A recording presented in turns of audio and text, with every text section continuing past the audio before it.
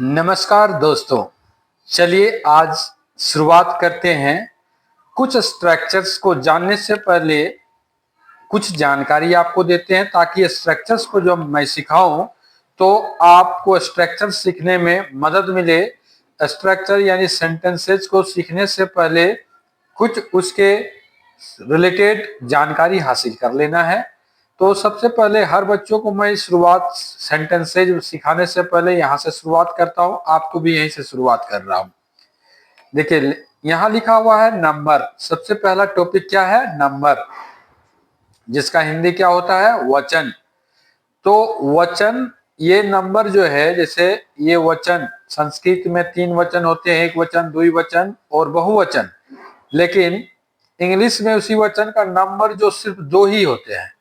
एक होते हैं सिंगुलर नंबर, जिसका हिंदी होता है एक वचन, और दूसरा है प्लूरल नंबर, जिसका हिंदी होता है बहुवचन। ये सिंगुलर नंबर एक वचन को बोलने से ही पता चलता है, जिससे दुनिया के किसी एक व्यक्ति, एक वस्तु, एक जानवर में से किसी का एक का बोध हो तो वह सिंगुलर नंबर तरफ में आता है। लेकिन वहीं पर प्लूरल नंबर मीन्स होता है बहुवचन, यानी एक से ज्यादा संख्या का बोध हो, यानी 2 या 2 से अधिक संख्या का बोध, चाहे वो व्यक्ति हो, वस्तु हो, जानवर हो, का बोध हो, तो ऐसी स्थिति में उसका जो है प्लूरल नंबर के अंतर्गत में आते हैं। देखिए कुछ उदाहरण के रूप में एग्जाम्पल में हम दिए हैं सिंगुलर नंबर का एक वचन का, जैसे दिए हैं डॉग। डॉग मीन्स क्या होगा? कुत्ता।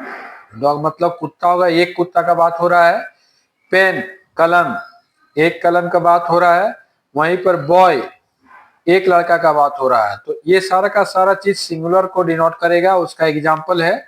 लेकिन प्लूरल नंबर का एग्जाम्पल को देखिए, जैसे है बॉयज। तो बॉयज बोलने से पता चलता है एक से ज्यादा लड़के का बात हो रहा है, यानी एक लड़का का बात नहीं हो रहा, अनेक लड़कों का बात हो रहा है। तो ये प्लूरल नंबर का एग्जाम्पल होगा।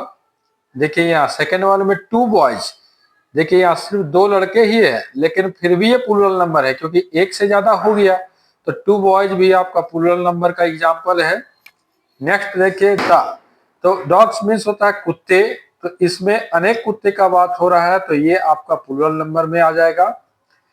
पेन्स, कलमे, एक से अधिक कलम का बात हो रहा है, तो ये प्लूरल नंबर में आ जाएगा। देखिए यहाँ पेन है, सिंगुलर नंबर में है, एक है, लेकिन यहाँ पेन्स है, प्लूरल नंबर में है।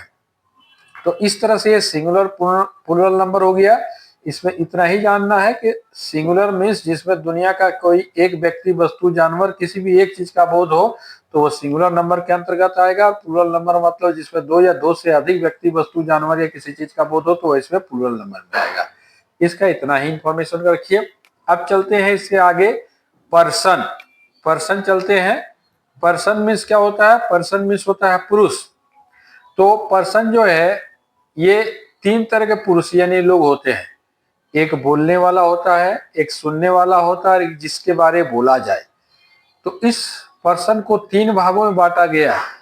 पहला है फर्स्ट पर्सन, प्रथम पुरुष, जिसका एग्जाम्पल के रूप में आई भी है। ये बोलने वाला होता है, तो ये बोलने वाले को फर्स्ट पर्सन बोला जाता है।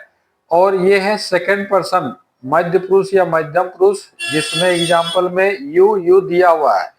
तो ये यू, तुम, आप, तुमने, आपने, ये सेकंड पर्सन है, सुनने वाला होता है। जब मैं बोलता हूं तो आप या तुम सुनते हो, तो ये हो गया सेकंड, सुनने वाला, सेकंड पर्सन। और थर्ड पर्सन, जब मैं और तुम मिल करके बैठ करके बात करते हो तो किसी न किसी अन्य पुरुष के बारे में बात करते हैं।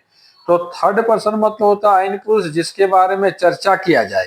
फर्स्ट पर्सन बोलने वाला, सेकंड पर्सन सुनने वाला, और थर्ड पर्सन जिसके बारे में चर्चा किया जाए। तो ये हो गया थर्ड पर्सन अन्य पुरुष। तो इसके एग्जाम्पल के रूप में जो है होता है ही, सी, इट, राम, दे, ये सारे के सारे थर्ड पर्सन में। इसके अलावे भी दुनिया का जितना व्यक्ति, वस्तु, जानवर जितना भी दिखाई दे रहा है, सारे के सारे थर्ड पर्सन आपका जो है आता है। तो इस तरह से पर्सन का 3 भाग होता है, इसको भी दिमाग में रखिएगा, first person, second person, third person. अब चलते हैं ये first person, second person, third person, और ये सब्जेक्ट को किधर, किसको सिंगुलर में, किसको प्लूरल में रखा गया है, इसका भी एक बेसिक चार्ट ऑफ सब्जेक्ट में हम समझाते हैं। इसका आगे हम समझाते हैं बेसिक चार्ट ऑफ सब्जेक्ट के तहत में समझाते हैं। अब देखिए बेसिक चार्ट ऑफ सब्जेक्ट्स। तो बेसिक चार्ट ऑफ सब्जेक्ट्स में देखिए हम समझाए, ये पूरा चार्ट को देखिए, इसमें आपको समझ में आएगा। देखिए पर्सन अभी हम सिखाए थे 3 होता है, first person, second person, third person. इधर वाले कॉलम में देखिए नंबर सिखाए थे ऊपर में, सिंगुलर नंबर, प्लूरल नंबर। तो इस सेंटर में जितने भी सब्जेक्ट आए हैं सारे सिंगुलर नंबर में है, और इधर जितने भी सब्जेक्ट आए हैं सारे प्लूरल नंबर में है।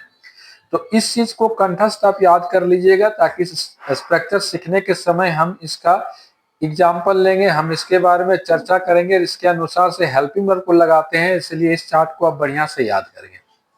फर्स्ट पर्सन सिंगुलर नंबर में देखिए आई है, जिसका हिंदी होगा मैं या मैंने।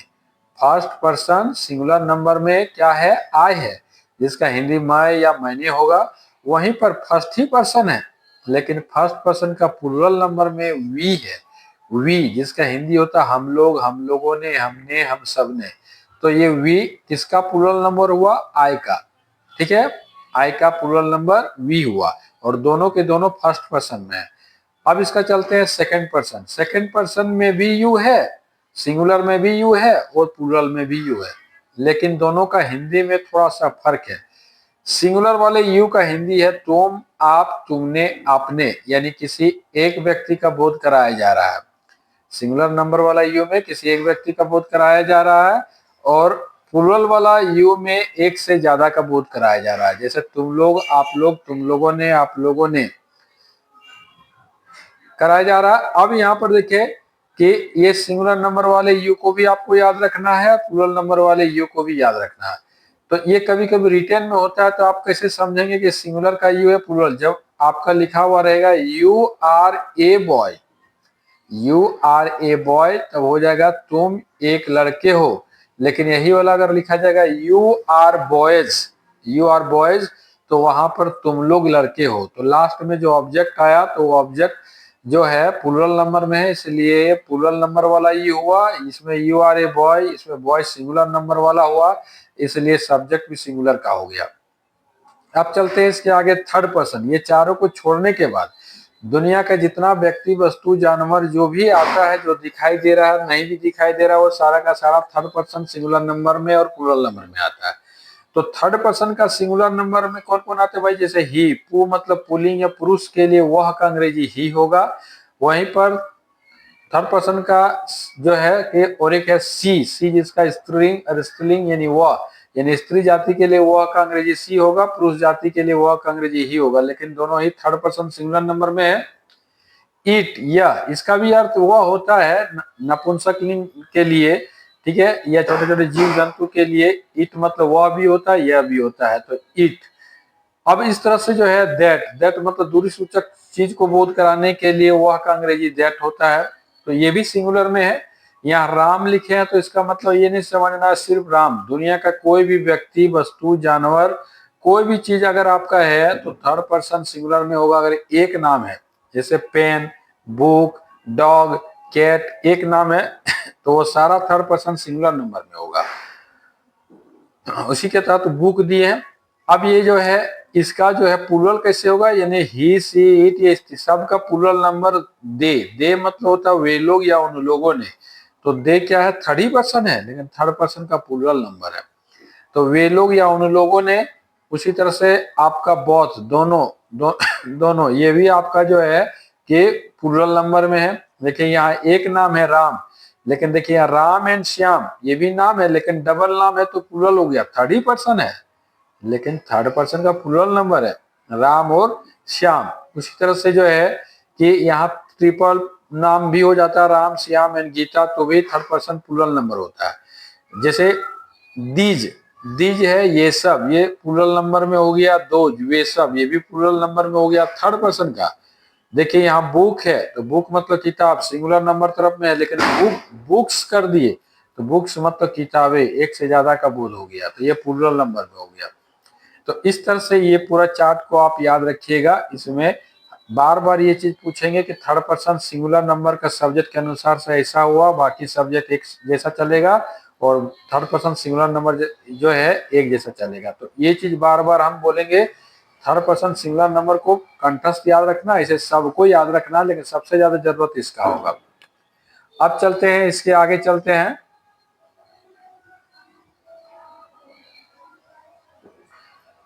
अब चलते हैं बेसिक चार्ट के बाद हम लोग चलते हैं काइंड्स ऑफ सेंटेंसेज। तो काइंड्स ऑफ सेंटेंसेज में जो है 3 पार्ट है आपका। काइंड्स ऑफ सेंटेंस में कितना पार्ट है? 3 पार्ट है। यानी सेंटेंसेज को, यानी स्ट्रक्चर्स को ध्यान में रख करके स्पोकन इंग्लिश में जो है ये 3 तरह के सेंटेंसेज का इस्तेमाल होता है। ऐसे अलग अलग जगह पर सेंटेंसेज का अलग अलग नाम है, हम समझाने के लिए अपने तरीके से इसको दिए हैं। पहला है एग्जिस्टेंस बेस्ड सेंटेंसेस, यानी कि वो स्ट्रक्चर, यानी जो वाक्य, यानी जो पहचान पर आधारित वाक्य हो।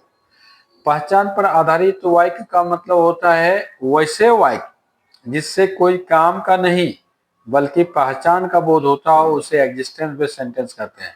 वैसे वाक्य यानी वैसे इंग्लिश का सेंटेंस जिसमें कोई काम का बोध नहीं हो, उस वाक्य को पढ़िएगा तो कोई काम का बोध नहीं होगा बल्कि वो पहचान का बोध होगा, तो वो आपका कहलाएगा एग्जिस्टेंस बेस्ड सेंटेंस है। जैसे देखिए यहाँ लिखा हुआ एग्जाम्पल में, मैं एक शिक्षक हूँ।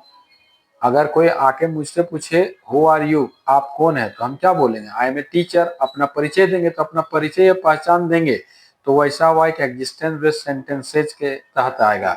मैं एक शिक्षक हूँ, वह एक कलम है, वह एक लड़का है, वह एक लड़की है। इस तरह का वाक्य जो है एग्जिस्टेंस बेस्ड सेंटेंस, को किसमें परिचय दिया जा रहा है। वहीं पर सेकेंड वाला सेंटेंस का काइंड में देखिए वर्ब बेस्ड सेंटेंसेज। इसमें दिया हुआ क्रिया पर आधारित वाक्य, क्रिया यानी काम पर आधारित वाक्य। इस वाक्य में देखिए काम आपको मिलेगा। इस वाक्य में परिचय नहीं बल्कि काम का बोध कराएगा। जैसे वैसे वाक्य जिससे कोई पहचान का नहीं बल्कि कोई काम का बोध होता हो, उसे वर्ब बेस्ड सेंटेंस कहते हैं।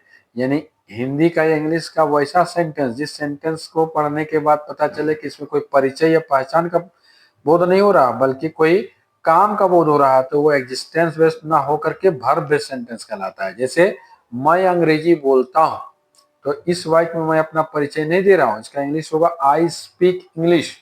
तो आई स्पीक इंग्लिश में जो है हम अपना काम का बोध करा रहे हैं, पहचान का नहीं करा रहे हैं। यहाँ बोलना एक काम है, स्पीक यहाँ वर्ब है, तो ये वर्ब बेस्ड सेंटेंसेज हो जाएगा। यहीं पर और एक वाक्य है जो ना एग्जिस्टेंस बेस्ड होगा ना वर्ब बेस्ड होगा, वो पोसेशन बेस्ड सेंटेंसेज होगा, अधिकार सूचक वाक्य। तो कौन सा अधिकार सूचक वाक्य होगा? यानी वैसे वाक्य जिससे कोई काम या पहचान का नहीं बल्कि अधिकार का बोध होता हो, उसे पोसेशन बेस्ड सेंटेंस कहते हैं।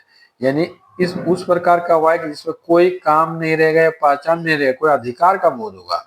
अधिकार के तहत में जैसे देखिए एग्जाम्पल में, मेरे पास एक किताब है, यानी मेरे पास एक किताब है जिस पर मेरा अधिकार है। यानी मेरे पास एक किताब है तो उस किताब का हम पहचान या परिचय नहीं बताएं, उस किताब का काम नहीं बताएं, बल्कि मेरे पास जो है उसका अधिकार को बताएं। मेरे पास एक किताब है, आई हैव ए बुक। इसी तरह से उसके पास एक कार है, ही हैज अ कार। मेरे पास एक घड़ी है, आई हैव ए वॉच। तो ये क्या हो गया कि ये अधिकार सूचक वाक्य यानी पोसेशन बेस्ड सेंटेंसेज के अंतर्गत हो गया। तो इस तरह से जितने भी तरह का सेंटेंस हम लोग बनाएंगे, इसमें ये जो है आपका टकराएगा और इसके माध्यम से हम लोग स्ट्रक्चर को सीखेंगे और फिर बोलेंगे। तो इस तरह से जो है कि ये पहला पेज मैंने समाप्त किया। इस तरह एक एक करके जो है मैं आगे का पेज को समाप्त कर दूंगा। स्ट्रक्चर जब सिखा दूंगा उसके बाद स्पीकिंग का प्रैक्टिस करवाऊंगा। चलिए, धन्यवाद।